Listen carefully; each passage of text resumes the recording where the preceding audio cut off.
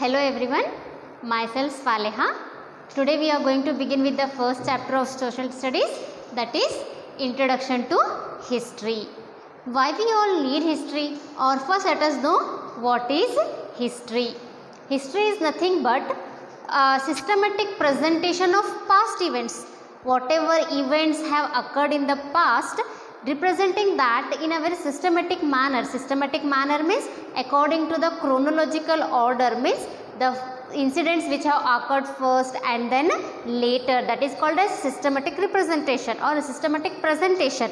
So systematic presentation of past events is called as history. What happens is, we humans need to know the history. Why we need to know the history? By studying the history or by studying the past events, we come to know the success and failures of humans. That is why they have given why we want history. So listen children, I am going to tell you one example. What happens? Just lit the fire and put your finger in the flame. What is going to happen? It is going to burn, right? Next time, do you repeat the same thing? No, you don't repeat it, because you remember that once you have put your finger in the flame, that has burnt. Means the memory of human beings help us to avoid the same mistakes again and again. If we keep on repeating the same mistakes again and again, we cannot progress, we cannot grow. The same way, the memory of history is very much necessary for the growth of nation, world, states. In overall, for the growth of world, memory is very much necessary. Memory means in the form of history. That is what they have said, why we want history. We want history as human beings need memory to progress. So a society or a nation need memory to progress. Why memory is very much needed? Like I said, we human beings, we remembered it so that we cannot commit the same mistake again.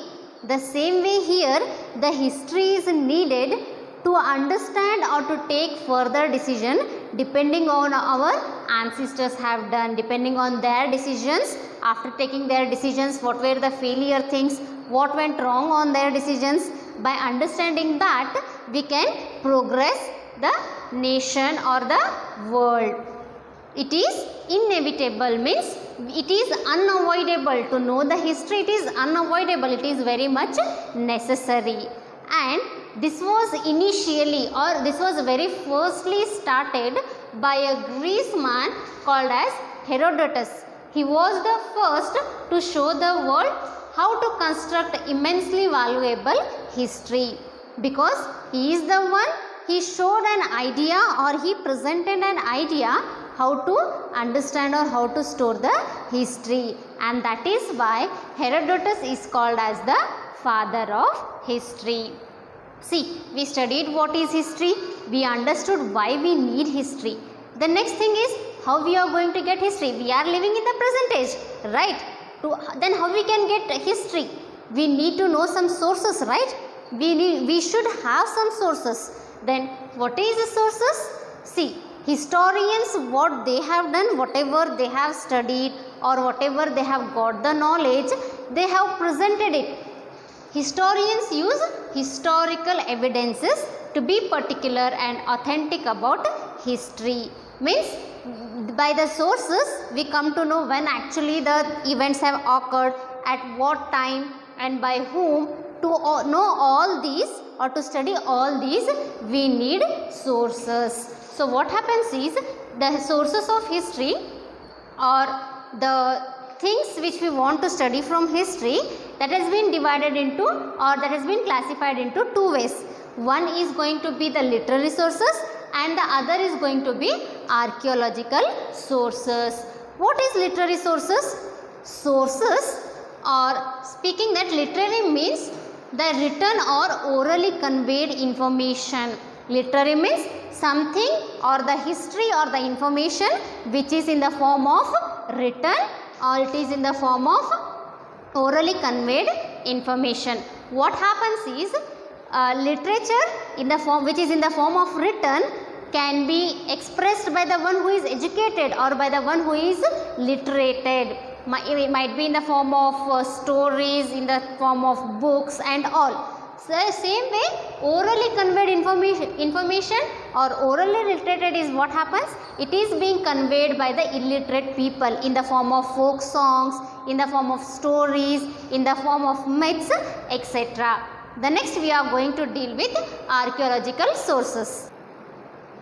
Archaeological sources, like literary sources, we have another type of sources called archaeological sources. That is nothing but the physical remains or ruins of things used or the constructed structures in the past are archaeological sources. Means the things used during the history time or the past time or the constructed buildings or the particles of constructed buildings, by taking those into consideration, what they have done is they have studied the history. Such type of thing is called as archaeological history. The historical evidences, like archaeological evidences or archaeological sources, they have been digged from the earth, means might be the human bodies to understand their ages, their ways of living and all, or the monuments, they have digged it from the earth and then they have studied.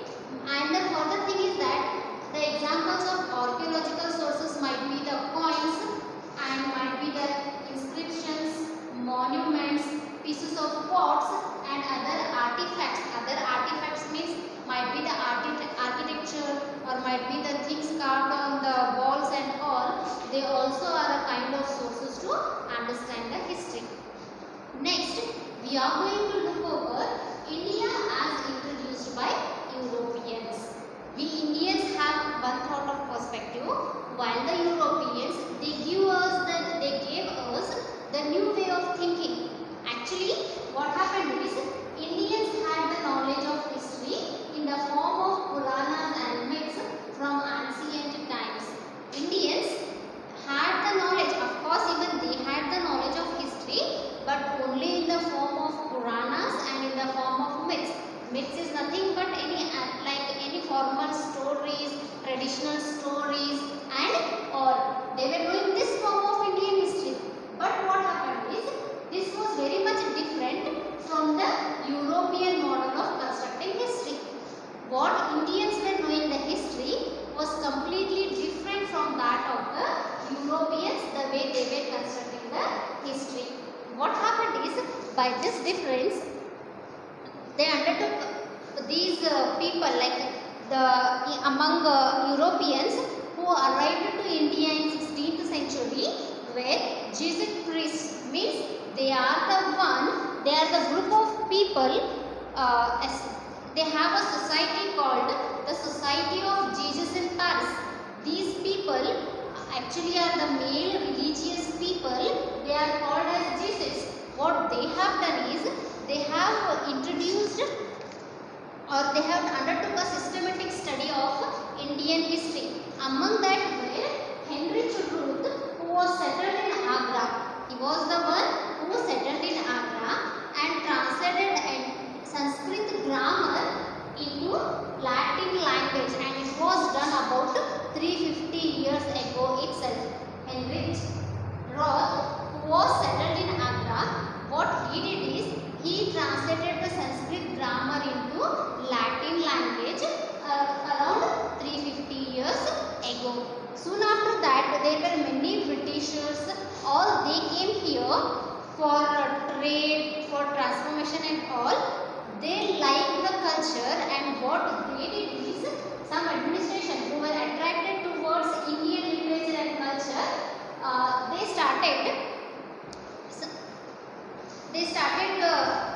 Manuscript, Bhagavad Gita and other literary works were translated in English. The one who were attracted with our culture, what they did is, they started translating into English language. That is, these Manuscript, Bhagavad Gita and other great books, they were all translated into English language. Similarly, there comes one more contribution, that is Sir William James. What happened is, he immensely contributed to the study of Indology. Means study of India. Actually, he came to India as a judge of Supreme Court in Bengal. He came to India as a judge of Supreme Court in Bengal, and what he does is this: he established the Asiatic Society in 1784 CE at Calcutta. By this, what he did is he was a multilinguistic expert, means he was very much expert in many more languages. Multilinguistic means the person who is knowing many languages. And what he started doing is he started translating great books like Gita Govinda, Manava Dharma Shastra, and Kalidasa's Shakuntala from Sanskrit to English. He started translating the great books of Sanskrit to English. Which all were those books? Those books were Gita Govinda, Manava Dharma Shastra, and Kalidasa's Shakuntala from Sanskrit language to English language. There was one more prominent Orientalist and Indologist. Means the one Orientalist is nothing but the one who is very much interested in history, culture, and he is a very spiritual man. Such type of person are called as what? Orientalist. And the one who is very much interested in the study of India, that is Indologist. The name of that person is Max Muller. What he did is he is a German scholar, and he wrote a book in English called Sacred Book of the East, and it had almost 50 volumes of books. The same way there was one more person called James Mill. He is a historian from Scotland. Even he wrote History of India in 6 volumes. But the fact is that these both people, that is James Mill and Max Muller, they never visited India. In spite of that, they wrote the History of India in like the form of how many volumes? These 50 volumes and 6 volumes. There was one more historian whose name is Abbe Dubois. What is he? He is a French missionary arrived and settled in at Ganjam near Srirangpatna. What happens is he is a French missionary, a person like we say that he lived as a sage by adopting the local culture and customs. He lived as a sage, as a philosopher. He is actually a French missionary.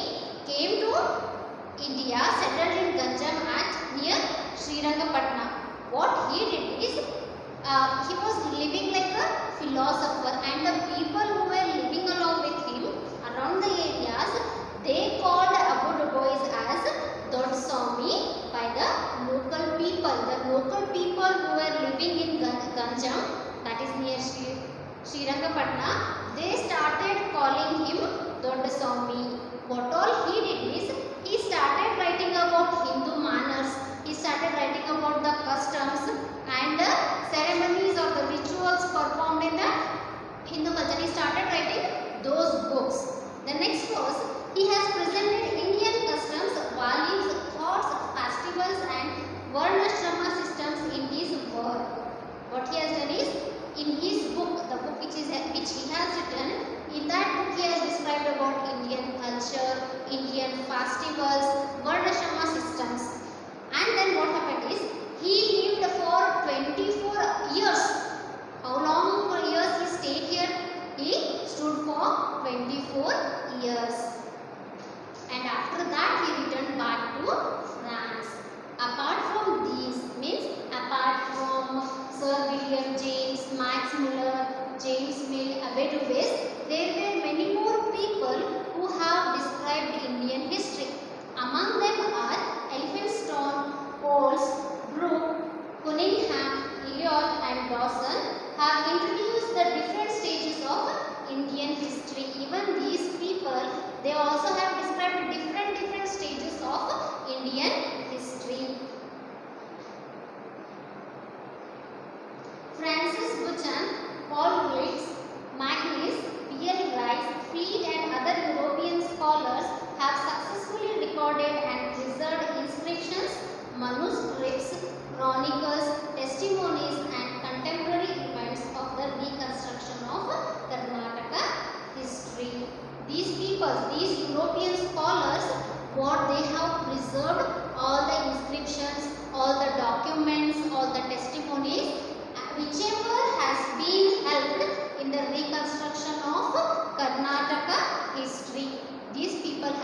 saved all these testimonies. Thus, Europeans have been successful in introducing a novel way of understanding and constructing history to the Indians. These Europeans, they were successful in introducing a very novel way, means in a literature way, in a new way of understanding the history of Indians. In this way, they have provided Indians a new process of thinking and a new perspective to construct history. These Europeans, through their work, they gave a new thought of thinking, a new way of thinking for the Indians in a very constructive form. This is how we studied about introduction of history. Thank you.